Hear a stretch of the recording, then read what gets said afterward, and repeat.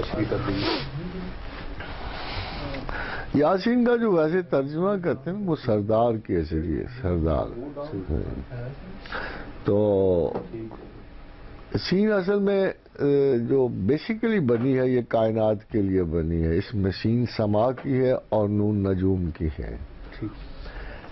اس وجہ سے اللہ نے کہا نا کہ طٰہٰ ما انزلنا علیک، توئے میں دیکھو، توئے میں بھی سین ایز اے مغلوب آتی ہے کہ تواسین میں آتی ہے سین۔ تواسین کو ایکسپلین کرتے ہوئے اللہ تعالیٰ نے فرمایا کہ جیسے ایک دوسرے میں کہ تواسین ہے کیا، والسماء والطارق،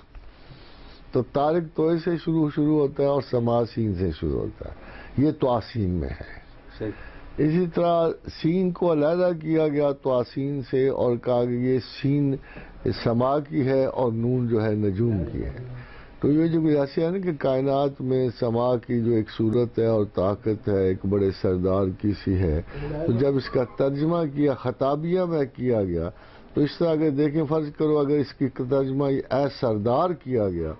تو سردار کی حیثیت سے حضور صلی اللہ علیہ وسلم کو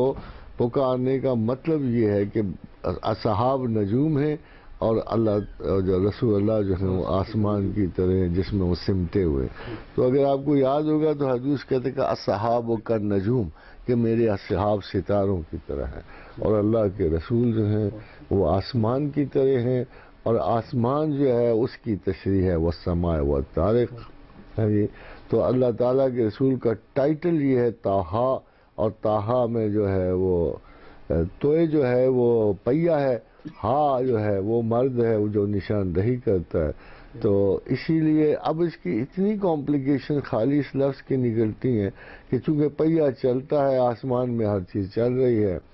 سردار وہ ہے جو آسانی کو بلاتا ہے، اور چونکہ پہیہ دنیا کی سب سے بڑی آسانی ہے اس لیے اگر جیسے کوئی رہنما ان کو آسانی کو بلاتا ہے، اسی لیے قرآن جو ہے رسول اللہ کے ذریعے آسانی کے لیے بلا رہا ہے۔ تو اگر آپ پڑھو تو اس میں ہے طٰہٰ ما انزلنا علیک القرآن لتشقیٰ، ہم نے قرآن کو مشقت کے لیے نہیں اتارا۔ تو ایک لفظ دوسرے لفظوں سے جڑتا چلا جائے، ایک پورا پس منظر ابھرتا ہے پاسٹ اور پریزنٹ کا، کائناتی اور زمینی۔ اس لیے قرآن کے بہت سارے مطالب ہو سکتے ہیں، مگر شاید ہم لوگوں کے لیے مناسب ہے کہ ہم اس کے غور و فکر کے ساتھ اس کے اصلی مطالب کی جو ہمارے لیے کارآمد ہے اس کی جستجو کریں۔